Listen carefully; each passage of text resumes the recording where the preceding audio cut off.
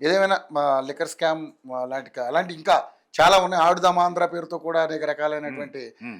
స్కాములు చేశారంటూ కూడా రోజా గారి మీద కావచ్చు, కొడాలి నాని గారి మీద కావచ్చు, రకరకాల. తప్పకుండా రోజా గారిది నిన్న శాప్ చైర్మన్ ఉమ్, రవినాయుడు గారు ఉమ్, రోజా గారి మీద నిన్న ఈవినింగ్ ఆయన ప్రస్తుతం మాట్లాడాడు. ఉమ్, రోజా గారి అరెస్ట్ త్వరలో జరుగుతుంది. పోతే రోజా గారు స్కామ్కు పాల్పడ్డారు ఉమ్, ఆడుదాం ఆంధ్రాలో. ఉమ్. పోతే రోజా నేను గారి టికెట్లు అమ్ముకోలేదంటుంది. తిరుపతి దర్శనం టికెట్లు నేను ఎక్కడ అమ్ముకున్నాను అని మాట్లాడుతుంది. ప్రపంచంలో ఎక్కడైనా దొంగతనం చేసిన వాళ్ళు నువ్వు దొంగతనం చేసావంటే చేశానని చెప్తారా? మర్డర్ చేసిన వాళ్ళని నువ్వు మర్డర్ చేసావంటే ఒప్పుకుంటారా? ఒప్పుకుంటారా?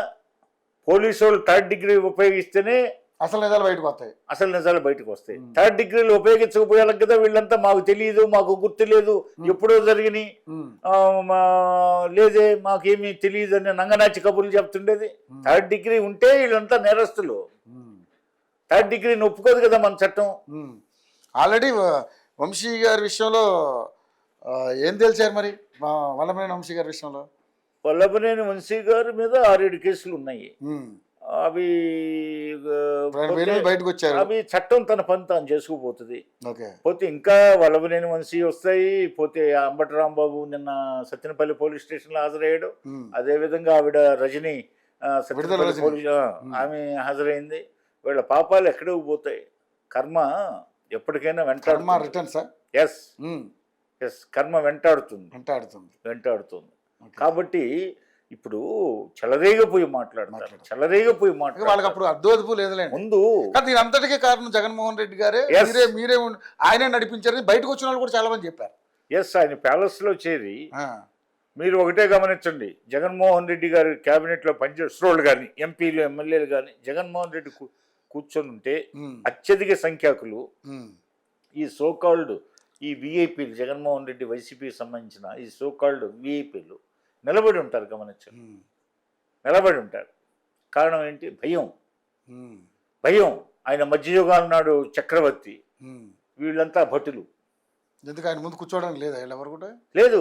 నిరంకుశ ప్రభు అతను, నిరంకుశ ప్రభు. మరి ఆ ప్రభుకు బాగా జేజేలు కొడుతూ చిడతలు కొడుతున్నారు, బాగా భజన చేస్తున్నారు. మరి నిరంకుశ ప్రభు దగ్గర స్థానాలు కావాలనుకున్నోళ్ళు, నిరంకుశ ప్రభు దగ్గర సౌకర్యాలు కావాలనుకున్నోళ్ళు, అవకాశాలు కావాలనుకున్నోళ్ళు భజన చేయక ఏం చేస్తారు? ఆత్మగౌరవం సిద్ధాంతంతో తెలుగుదేశం పుట్టింది. తెలుగుదేశం పార్టీలో విశాలమైన ప్రజాస్వామ్యం ఉంది.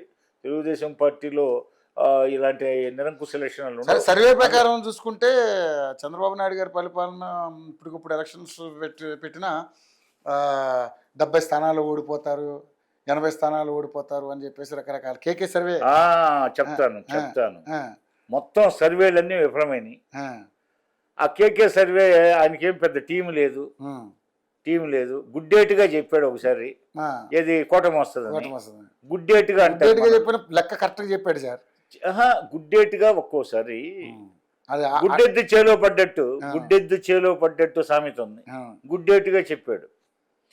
అది ఆయన ఏదో జనాల్లో మమేకమై లక్షలాది మందిని సర్వే చేసి కాదు, ఒక పేపర్ల ద్వారా మీడియా ద్వారా ఒక అవగాహనతో ఆయన ఎలక్షన్ల ముందు ఎక్కడెక్కడ సర్వే చేశాడు, ఎంత టీంతో చేశాడు, ఎన్ని శాంపిల్స్ తీశాడు, ఏం లేవు.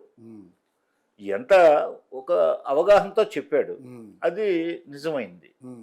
పోతే ఆరామస్థాన్ లాంటి వాళ్ళు, లేకపోతే పెద్ద పెద్ద జాతీయ స్థాయిలో సుప్రసిద్ధ సర్వే సంస్థలు అన్నీ బోల్తా పడ్డాయి.